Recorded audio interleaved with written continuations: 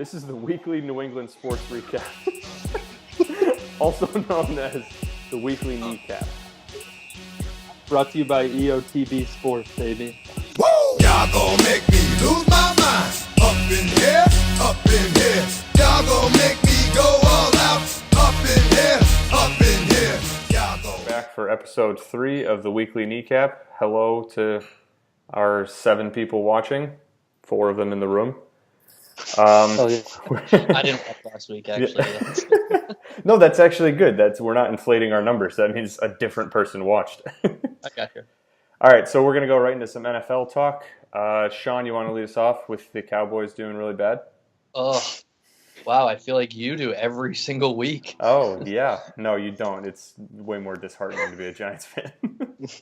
It's kind of shitty because last week I was like, you asked, so how do you feel about the Cowboys playoff picture? And I almost called you an idiot because I'm like, they're going to make the playoffs. Like, that's not what I'm worried about. You were a bit snarky. Now I'm not all that confident, I'll be honest. Only 1 week went by, but they went from having a wild card spot to now I think they're 10th in the NFC. And not that Green Bay will make the playoffs, but they would lose the tiebreaker to Green Bay, and they would lose it to Atlanta, which, is kind of tough. The good thing is at this point they still have Seattle who they could own the tiebreaker over. I think they have that. Actually, that's Zeke's first week coming back, so that'll be good. We also just heard within the last 2 hours that he's not going to fight the suspension. So whatever, I'm over that. Let's just get past it and call it a day. I will say that while they did miss Zeke on Sunday, they missed 2 players more than Zeke, in my opinion, and that was number 1, Tyron Smith, and number 2, Sean Lee. I just don't know what to say about the whole Tyron Smith issue because, don't get me wrong, Chaz Green looked like absolute dog shit. I think I could have done a better job. But at the same time, I'm thinking in my head, well, why don't you throw a running back over there on that side? Or why don't you throw the tight end over on that side? It just, to me, and it's the first time I'll say this, I don't think the Cowboys coaches did any type of adjustment to get over that. And I think that was kind of disappointing in my end. But kind of moving on. So I just do want to say that back to Tyron Smith, I'll kind of break it down into both him and Sean Lee just because I think that'll be, huge going forward. Obviously, they missed him in the past because Chaz Green allowed 6 of 8 Atlanta sacks, which is 6. It was like he was playing against Lawrence Taylor. It just didn't make any sense to me. This guy has been... All right. I probably should have introduced that one way. 2 minutes seems really fast. So we're trying to speed up the pace a little bit. So I'm blowing an air horn after 2 minutes of the team recap. Just finish up your thought, though. That's just like a warning air horn. It's definitely not overbearing or anything.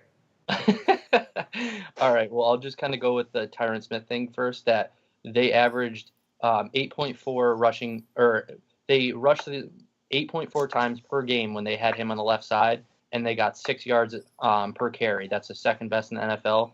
On Sunday, without him, they rushed the ball 1 time to the left side and got 2 yards. So I wouldn't say that's very good. It's not a comparison at all.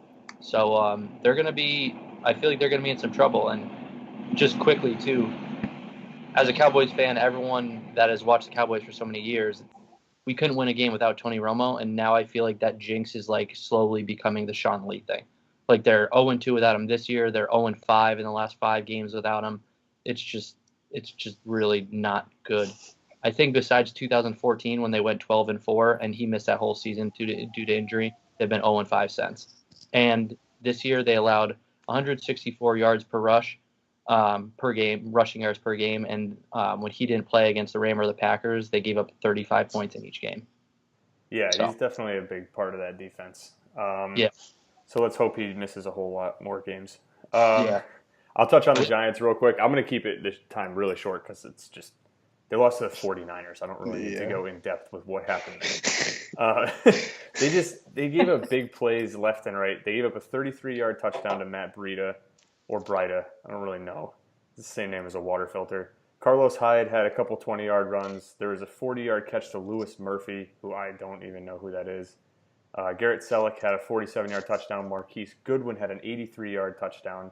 So it's just the whole defense as a whole looks very uninterested. Janoris Jenkins was at the center of a lot of those plays, which It was like Landon Collins last week. Like, their good players are not making plays, which leads me to believe that McAdoo really has lost the locker room.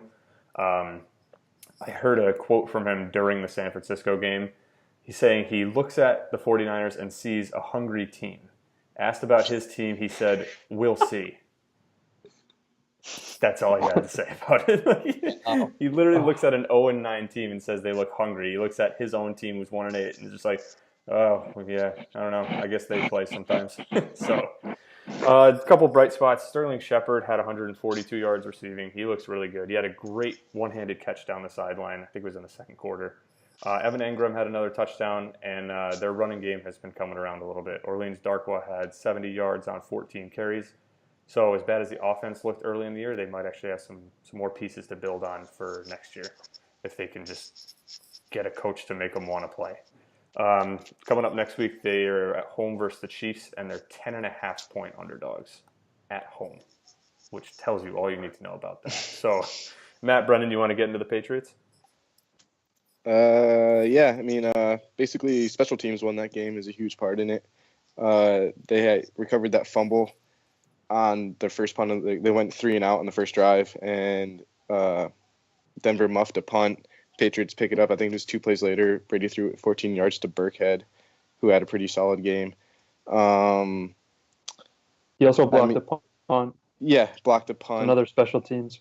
I mean, looked like their bend but don't break defense was back. I mean, Denver was moving the ball, but once they got within the 20s, I mean, they held in the field goals. And honestly, if you can hold a team to field goals all game, then I have confidence in Tom Brady that he'll be able to punch the ball in a few times.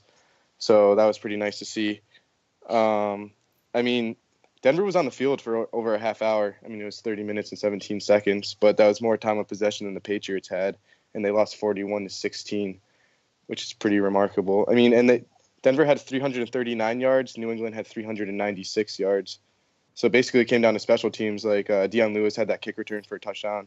There was one play, 4th and 5. Denver had held New England as 4th and 5, and one of the linemen, I think it was, didn't get off the field in time. Like it was a punt. It was on a punt, and they got a flag for too many men on the field. So, which gave the Patriots a first down. I think they scored on that drive too. So it was just Patriots did the little things right, and Denver just didn't. Denver just, I guess, forgot how to play football. Yeah, Brendan, you got anything to add to that? I actually I was thinking along the same line. I said the same thing. Classic bend don't break defense. Special teams killed it, but I also thought their offense looked really good. They were more aggressive than they usually are. They were pushing the ball upfield really quickly. They weren't doing really any screen passes. It was more upfield passes, and they ran a lot through the middle, which was good to see. They also made some coaching decisions that were a bit aggressive. Like they went for it a couple of times on 4th down. They challenged that Gronk non-catch, even though it was pretty clear that'd be tough to overturn.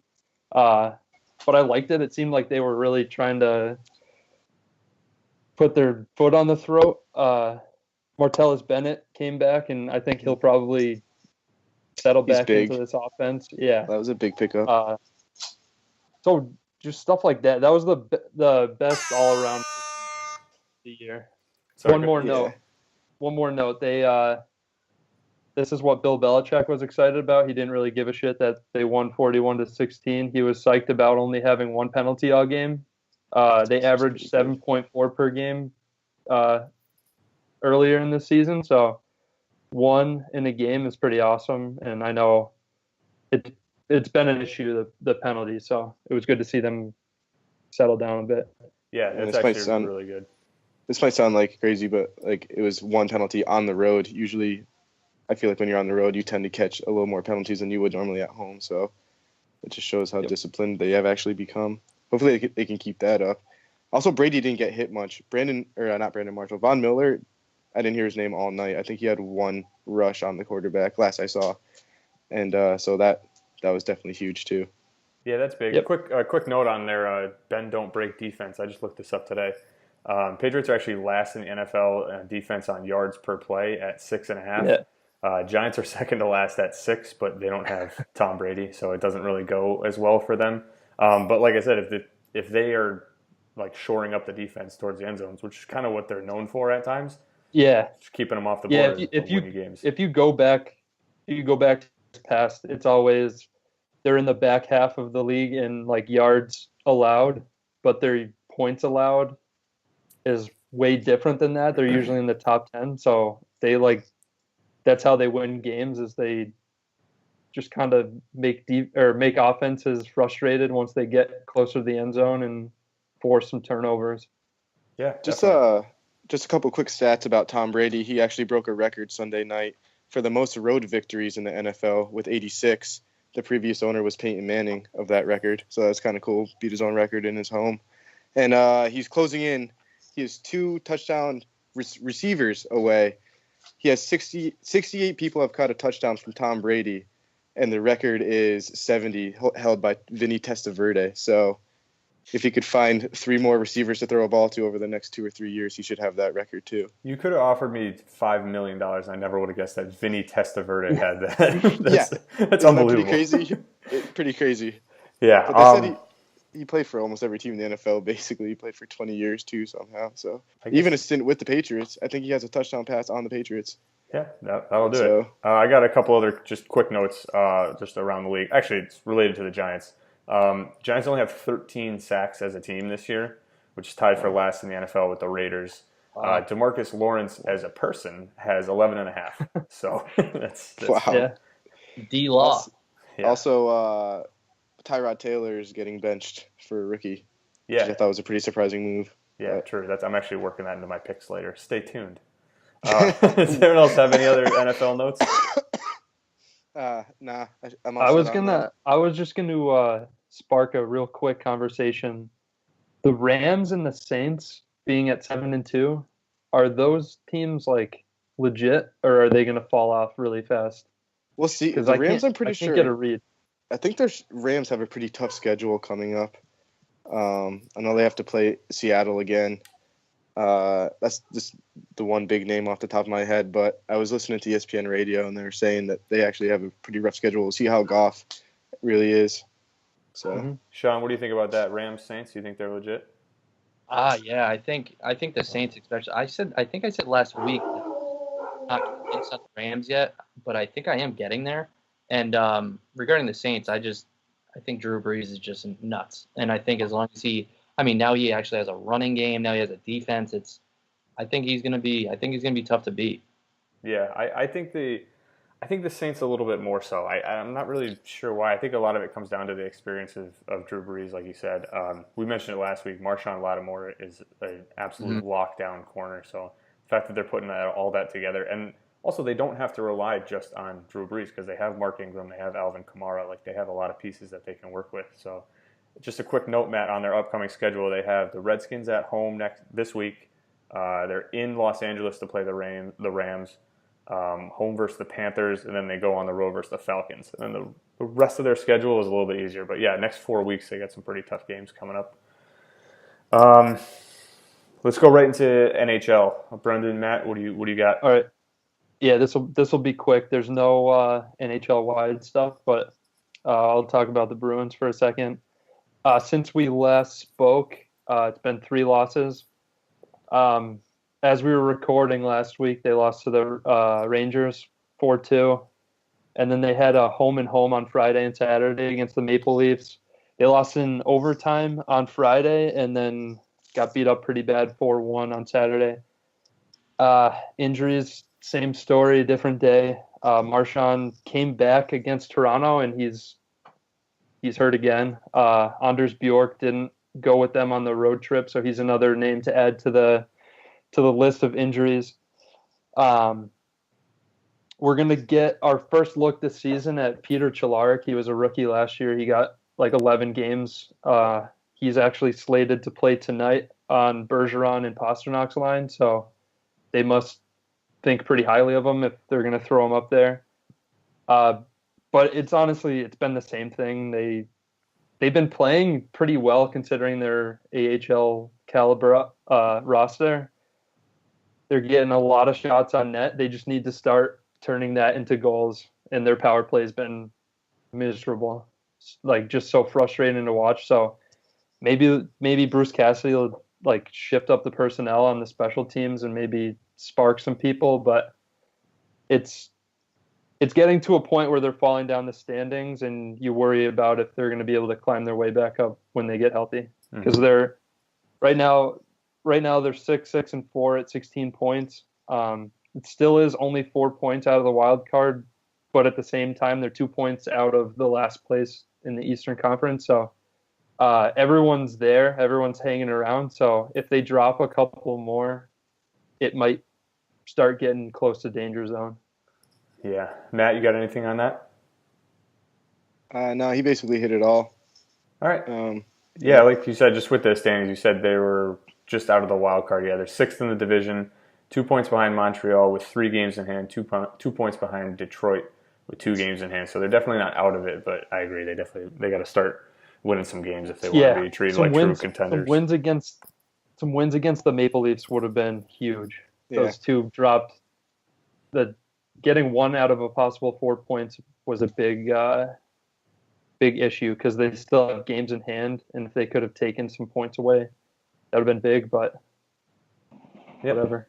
What are you This gonna would do? be wishful thinking, but I'm hoping that the injury bug gets us out of the way now for the Bruins, and later in the year they can just be healthy.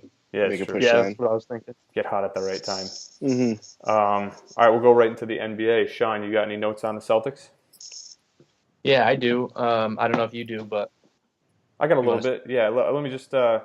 I'll just read off their last few games. So when we were recording last week, they won that game on Lonzo Wednesday against all odds. They beat the Lakers. Friday, they actually rallied and beat the Hornets in a really exciting game. They were down 16 at halftime, and then they held the Hornets to 30 points in the second half. On Sunday, they beat Toronto at home 95-94 without Kyrie. And then last night, Tuesday, they beat Brooklyn in Brooklyn by 7. So again, no huge wins there. I guess the win at home versus Toronto was pretty nice, but the schedule was kind of weak. But just the fact that they're showing up, they're winning games late in games with this like young, inexperienced roster is really encouraging. Oh, yeah, I was going to say the same thing. And I know they got, I think it was like a 109-102 win last night. My headphones in quick. That was over the Nets. And I saw a few days ago that they are actually leading the NBA in points per possession. So they're allowing 94.8 points per 100 possessions. And this was, again, before yesterday's game. But that led the NBA by 3 full points, which is pretty, that's a pretty big margin in that case. They're actually only one of 3 teams in the NBA who kept a team under 100 points per 100 possessions. So, and then just a few other stats I can just kind of do quickly. Last night was pretty impressive. It was the first full game I've watched in a week or two. But I mean, just seeing Marcus Morris do so much, seeing Al Horford, I mean, it was like 4 or 5 guys that just had double figures and just played out of their minds. I mean, Marcus Morris had a double-double, 21 and 10. Tatum had 19 points. Jalen had 14 points on 5 of 9 shooting. Horford had 17 and 11, so another double-double for him, and that was on 8 of 10 shooting. So now Horford shoots, I believe it's 67.9 is his shooting percentage, which is, I mean, that's pretty good. Right about 7 out of 10. I know we've gotten into our math lessons here last few times. We can do numbers. I'll do numbers with you, Sean. But so I thought that was good. Marcus Smart also, terrible game yesterday, but this is the epitome of Marcus Smart. He was 1 for 8 from the field, but he still finished with a +6 rating. Yeah. I mean, 1 for 8 is pretty hot for him. I guess so. I wouldn't say it's hot for everyone, but maybe you can say it's hot for him. Yeah, the fact that 1 fell is a positive sign. Yeah. So they're looking good. They've won 13 in a row now, and they have an absolutely massive game coming up tomorrow night, Thursday, versus Golden State. I believe that game's on TNT, so I'll definitely be tuning into that. I have one quick note on around the league, just my little weekly Cavs hate segment because the Cavs stink and I hate them. This was from on earlier in the week, Monday. This was actually in the ESPN Power Rankings. This stat got put out. The Cavs have been allowing nearly as many points per 100 possessions as the 2015-2016 73-win Warriors scored. So basically every single game that the Cavaliers play, they're making the other team look like the 2015 Warriors. So Holy crap! Yeah, I don't. That's Wow. like they'll probably bounce back from that. They won't be that bad, Yeah. but like I don't know, man. This could be a real problem. We're 14 games into the year now. They're still hovering around 500. So hopefully they I mean, still so what? stink. We're just about 1/5. What is their 82 game season? Yep. So just about 1/5 of the way through. I still think they're going to be fine. If I'm being completely honest. No, I'm sure they will. It's just fun to watch them stink. Yeah. No, I agree with that. All Did you right. hear Marcus Morris's comment about how we're defending our asses off? So that helps a lot. I mean, I guess that's true when you make it that simple. That's so So, wise. Also, Yeah. Kyrie gave his jersey and sneakers to a couple servicemen and women, so Yeah. he's the MVP candidate now. Do you think Kyrie is going to play better in the mask as it comes down to it? 'Cause I do. That's an What did he excellent put up question. 25 last night? Like he pretends like he hates the mask. He's like throwing it on the ground and stomping on it. He still put up 25 points. Yeah, Like I think he knows what he's doing. we're way past 2 minutes, but I didn't. Here's- I was here's also my talking. question. So, sorry, go ahead. I have a mask question. He was wearing like the see-through one, right? Yeah. Why on earth wouldn't you wear that like full black like Batman mask one? I feel like that Well- looks way cooler. It does, but he actually, excuse me, a reporter asked him after the game why he didn't wear that and why he didn't wear the black one instead of the see-through one. And he actually said because when he wore it with the Cavs that he couldn't see anything but the basket, that he had no vision other than the Peripheral hoop. vision. So that's Wow. why he went off for 45 points that game, I'm pretty sure. I think it was at least 40 that game. That's But actually so, I mean, hilarious that he could only see the hoop, so he only went at the hoop. oh, that's awesome. So, because I guess he made a joke to some of his teammates and just said "Well, you guys are lucky. I'm not playing in the black one. I'm playing with the see-through one." That's funny. That's racist. Well, that answers my question. So Yeah. thanks. Yeah, I when you asked that question, I was kind of racking my brain on why he wouldn't do that. I was trying to think of something funny to say, and then Sean just had a very real answer. Way to go, Sean! No, that is an actual real answer. It came straight from Kyrie. He's the reporter, so I talked to him It's true. via CSN. Check the degree. It's true. Check the degree. I got a couple baseball notes real quick. Former Major League pitcher and Red Sox pitcher Josh Beckett was reportedly arrested for public intoxication in Texas, All right. which is a very Josh Beckett thing to do, after allegedly attacking the singer of a country band, which is very much a Josh Beckett thing to do. Apparently, when he got arrested, officers arrived on scene and determined the 2003 World Series MVP was a danger to himself and others. The singer told police he suffered serious injuries, most notably a torn rotator cuff and dislocated shoulder. So Jesus. Josh Beckett literally put a guy into Tommy John surgery. yeah. Maybe he suits up for the Cowboys to replace Sean Lee. Yeah. He's tackling that hard. Call You heard him it Big here Tex. first. Year to year. I heard he got bet that he wouldn't do it, and then he just did it. You don't make a Just like, country I'll get concert arrested on bet with Josh shit. Beckett. That's probably the coolest thing I ever heard. I love Josh Beckett. Yeah, that guy's an animal. Also, this just came out tonight. Corey Kluber won the AL Cy Young Award. Max Scherzer won the NL Cy Young Award. Couple Red Sox notes. Chris Sale came in second in Cy Young voting in the AL, and Craig Kimbrell actually came in sixth. He was the only reliever to receive any votes. Wow. So that's Oh, pretty that's cool. shocking to me. I didn't know that was a thing. I didn't know they could win that. No, I think Eric Gagne did it a while ago. Like way before he was on the Red Sox and just serving up fingers. That guy was nasty. He was. He had his rec specs on early in his career. Yeah. Oh, he was so good. Yeah, He was electric, that's for sure. he was disgusting. All right. Wait, Aaron hang on. Judge won Rookie of the Year, right? Sorry, what was that? Yeah, he did. Aaron Judge won Rookie of the Year in the AL, right? Yeah, and he definitely should have. Brendan, what was I your, was what was your laughing. question? I was laughing at Any, Red Sox fans. Any hot stove news? Any signings, trades, stuff like that? I I saw know that. that's I saw this that. time of year. What? Go for it. Go for it. I saw that Stanton came out and said that he wasn't going to get traded to the Cardinals or the Red Sox. So that's kind of a bummer. They were in talks with, I think Lucas. I'm not that upset. They'd have to about- pay him so much money. They already had a good Yeah, that's outfield, a lot so I of kind of money. agree. Like I'd rather lock up their outfield's one of the fastest and one of the best in the league. So I'd rather see those guys young, like they would be with us for a long time, rather than Stanton who oh, shut up, damn it. Yeah, like Stanton might have already had like the best year of his career. Like who knows if he's gonna hit that many. I mean, I think he would have a fun time with the monster, but also Fenway seems to just crumble players. So Yeah, that's true. I don't know. I like the core they have now. Yeah, I I don't like hate both- it. I don't hate yeah. that they're not going after him. They were looking at a couple of like lesser names. I saw Lucas Duda's name getting thrown around. I don't know. I heard, Nothing big yet. I think they kind of have the core that they want. It's just a matter of getting hot at the right time. Right. So we'll pop right into the segments. I have some names for the name game, and I'm going to speed it up because I've been unbelievably slow with that. Also, let's do an order just so we can actually like guess and just get through it. So we'll go Brendan, Matt, Sean, if you guys are good with that. Cool. Fucking pissed. All right, Sean, you don't get to play at all now.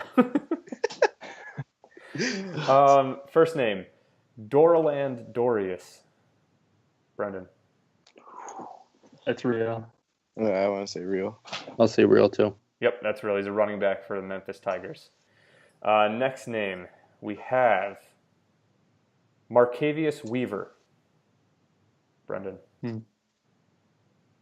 I think you made that up. F you, Brendan. I also think that. Sean?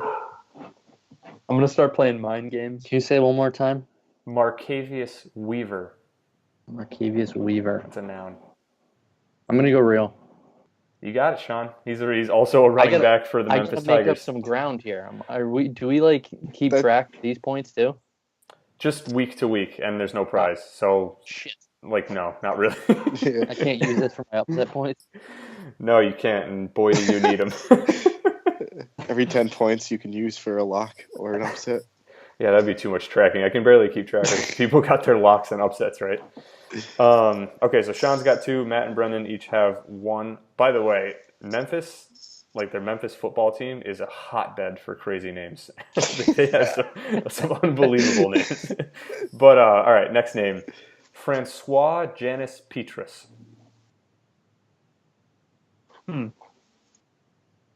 Is Janice like his middle name, or is there a hyphen or something? I'm going to say fake. There is a hyphen. Oh, it's Okay. not my turn. Yeah, you Um, turn Nerd. I'm gonna say fake. Matt? Yeah, I say fake too. I'll also say fake. That one's fake. I made that one up. I Yeah. just found out. I was trying to like come up with all these names by myself. There's a random name generator that you can use and just get names and not work. Find anything nowadays. It's crazy, man. The internet's a wonderful thing. All right, next name. Mm. Ishmael Phineas. Real. Matt? Just so I don't guess every answer the same answer as Brendan, I'm going to go fake on this one. Oh shit! I was gonna hope that you guys were guessing the same, because then I would just stick with the same and then win. I'll go real. That's fake. Fuck. So Matt's got 1. Matt and Sean have 3, and Brendan has 2. Is that right? Who All right, cares? Matt, no, I just All right, gotta next guess name. Yeah, I don't care. Fifth and I'm final losing, so I don't name. give a shit. Tavaga Ho Ching II. The second. I'm gonna stick with real on that one. I'm going to go fake. Do I go for all the glory or not? I'll go real. That's real. Sean, you're a winner. He's an offensive lineman for the Memphis Tigers. Absolutely absurd that you wouldn't just say junior. Why are you saying the second? Yeah. That's what got me. I was like, I think he put the second in there. Yeah, one That's more some bitch. wild name I got. Like I see a lot of hyphenated names when I'm looking stuff up, and like I try to stay away from them. But there was one I found that's Kyle Malik Mitchell, but the hyphen is between Kyle Malik. Like his first name is Kyle Dash Malik. His last name's Mitchell. Yeah, and it's It just doesn't make Mitchell. any sense. All right, let's go into Would You Rather. Brendan, you want to lead us off? Yeah. I came up with just one this week. So would you rather watch a full NFL game on your iPhone in standard def or in high def on a big screen, but the audio is just a different game that's happening at the same time? Matt, I want to hear your thoughts first. Give me some. Sorry, can you say that again? Yeah. So you have to watch like a full NFL game. I'm assuming for you it'll just be the Patriots game, but Would you rather watch that on your iPhone in standard definition or in high def on a big screen, but the audio that's playing on the big screen is just of a different game that's happening, and you can't like turn it off? I actually have a You quick can't That was turn my this down. question. I was gonna say, can I mute it? How? No, it's got to be on like a solid, like pretty high level. That was my question. I was going to ask how high the volume had to be. It can't be ignorable. Jeez.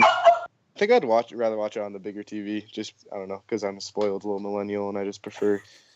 I don't know. Watching a game on my phone, I'd be too tempted to like just go on like Twitter or something on my phone, and I wouldn't actually watch the game. I don't think so. Plus, standard def on a screen this big is borderline torture. Like that's Yeah, like YouTube sometimes is problematic for me. So yeah, good thing that's where all of our shows are.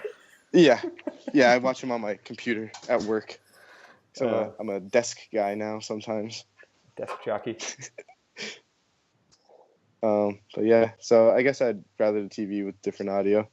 Sean, Because I don't yeah. know, then I could keep a score on both games too, fantasy wise. You know.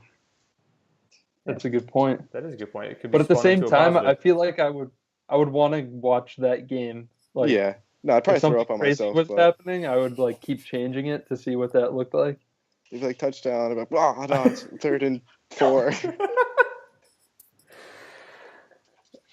All right. I'd probably go with the watching the same one that I can listen to on my iPhone because it just reminds me of like those shitty like Chinese cartoons where like the lips don't match like what the person is saying.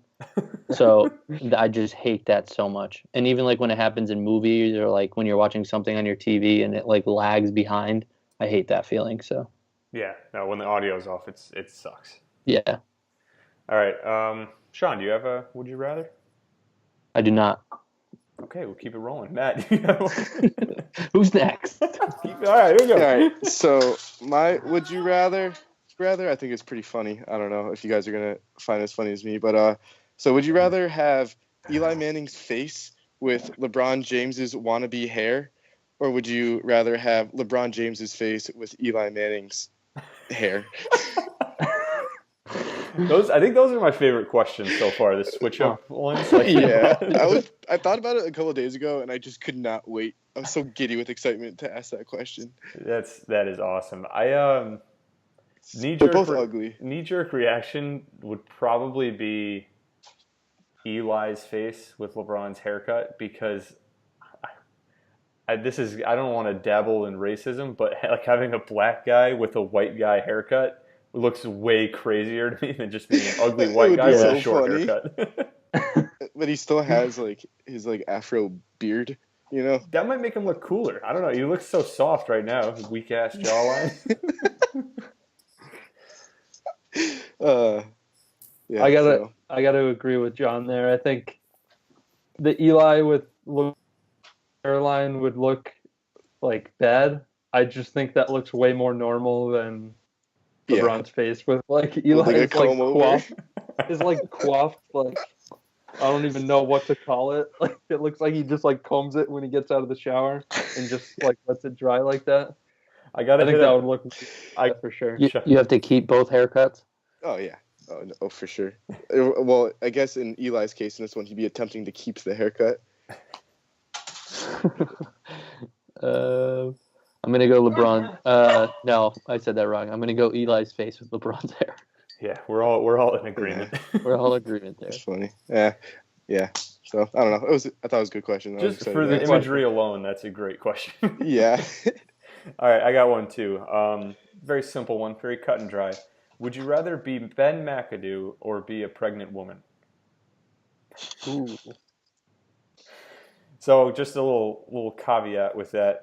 After you give birth, you go back to being yourself, but nobody thinks it's weird. It's not like some huge like social issue. Like you just go back to normal.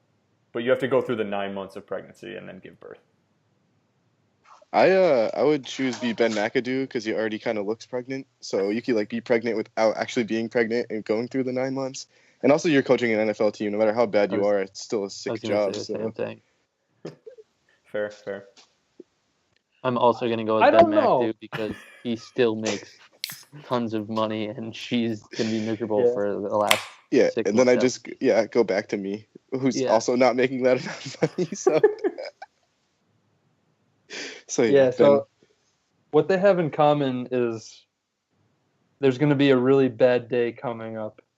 Ben McAdoo is going to get fired, and being pregnant, you're going to have the kid, which is terrible. But It's not a miracle. At You hear that, ladies? It's terrible. You suck. at least when you like pop the kid out, you go back to being you.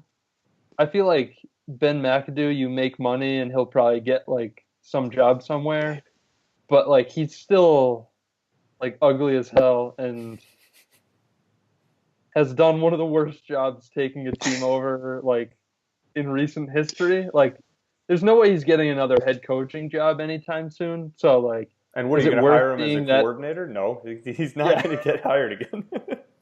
I think I'm doing the woman and just like going back to me You can and keep like the kid moving if on you with want. my life. I'm doing me. I don't If you no, want. I'll give it up. Yeah, no, that's probably a safe move. All right, good conversation. All right, let's do everybody's locks and upsets of the week. I actually ran the tape to get everybody's score update. Also, if we have any new listeners, just a little recap on what we're doing with this. Every week we're picking a lock of the week, which is a spread pick, NFL pick. Then we're doing an upset of the week. It's got to be at least a 3-point underdog. If you get your upset right, you get 2 points. If you get your lock right, you get 1 point. Whoever has the least points at the end of the season has to dress up like a girl for the next show.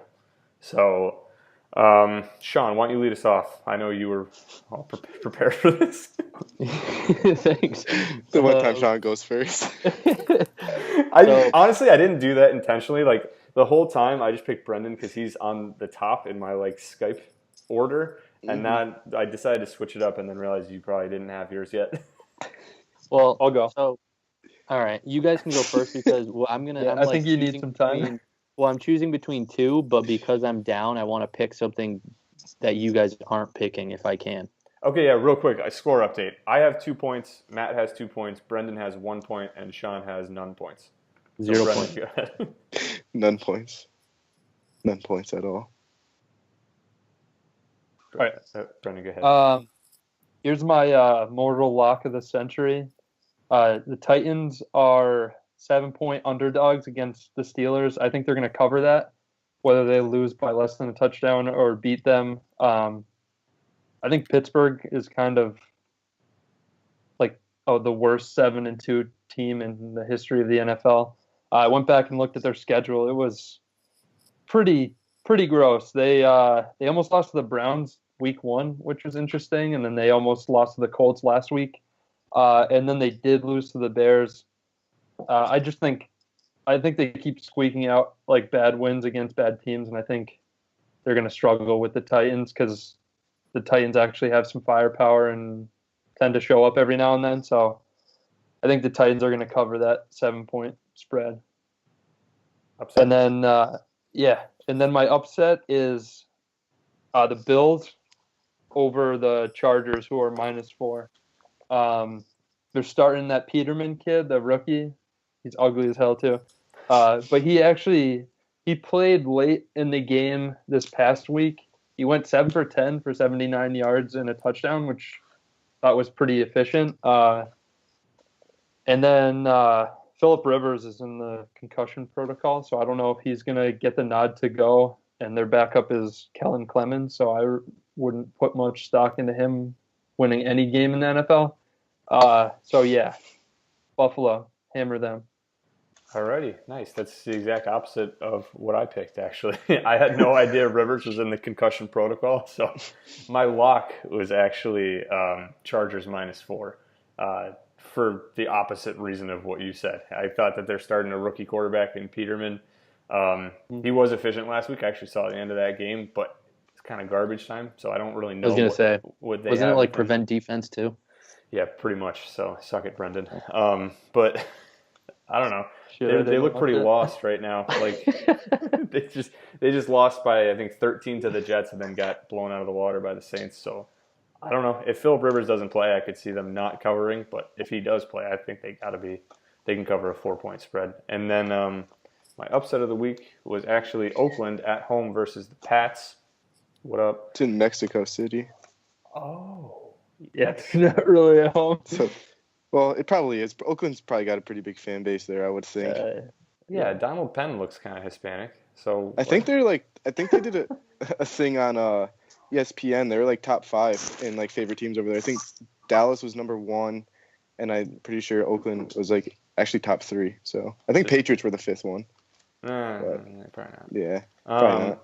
So yeah, Oakland. Like I said, Oakland at home versus the Pats plus 6.5.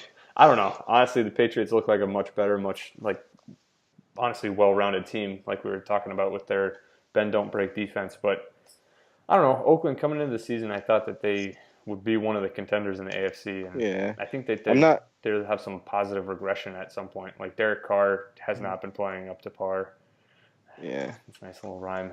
Cooper, Michael Crabtree. I don't know. Like I think they'll have enough firepower to hang with them. So if the bend don't break defense doesn't work, I think they'll have a shot. Yeah, it'll be interesting. I'm not like 100% confident the Patriots will win that game. It's actually pretty scary. My lock of the week, I just had Kansas City -10 over the Giants because Giants suck. That's a great pick. And yeah, I felt pretty comfortable with that. But in my upset, I also picked Buffalo over San Diego. So Ooh, yeah, that'll be fun. They're LA now, but oh yeah, You LA. keep I calling them keep San effing Diego. that up. San Diego. All right, San Sean. Diego. All right, so I was deciding between Jacksonville over Cleveland. That line was 7.5, and then I was also deciding between Detroit over Chicago, which is 3 flat. So I think I'm actually going to go. I'm going to go with the Lions over the Bears. That line's 3, so I'm going to say that's my lock. And then for my upset, I wanted to do like the exact same reasoning behind what Brendan was saying. So I think I'm going to go like Rams, but I think they're going to cover. No, what did you say again? Tennessee? Yeah, you said Tennessee. So I want to say for my upset, can I say that I think Tennessee is going to cover against Pitt? Does that make sense? No, you gotta pick them as an outright winner. Ooh. Read the instructions, Sean. All right, well, fuck it. I'll stick with that. I'll say Tennessee is going to beat Pitt. All right. That works. Honestly, that's not far-fetched at all. Like, I agree with you guys. I don't think Pittsburgh's looked all that strong, despite being 7-2. Like, they beat some scrub teams. All right. We'll see how it goes. Everybody. Yeah, that was good. That was 42 Under an minutes hour for you guys counting at home. How long was it? 42, 42, 45. Something like That's that. cool. Shit. That's All right. awesome. So if you made it this far, thanks for watching. Follow us on Twitter at EOTB Sports. Check out the blog, eotbsports.weebly.com. Send in your questions. Check in our email address. It's eotbsports@gmail.com. Yeah, anything else? Why didn't we get any fucking questions this week, guys? Because we got 5 Jesus views, Sean. Christ. 5 Where the people even questions knew are. about it. No, I'm not yelling at us. I'm yelling at the people watching, or the ones I want to tell myself are watching. Yeah, we got to buy some billboards or something. I don't know. Here's what I'll do next Tuesday. I'll make a blog that's literally just a survey, and you just type it in and press submit, and then it'll go right to us. It's so easy. It'll come up on your Twitter. Click the link, type in something random, send it to us, and we'll talk about it. Yeah, I'll send that exact link to my dad, so hopefully he'll send one in. Awesome. So get it around Kelly Fredette. Yeah, there you Spread go. the name. Get some old lumber guys to send in some Yeah. questions. All right. Thanks for watching, and we'll see you guys next week. See you guys.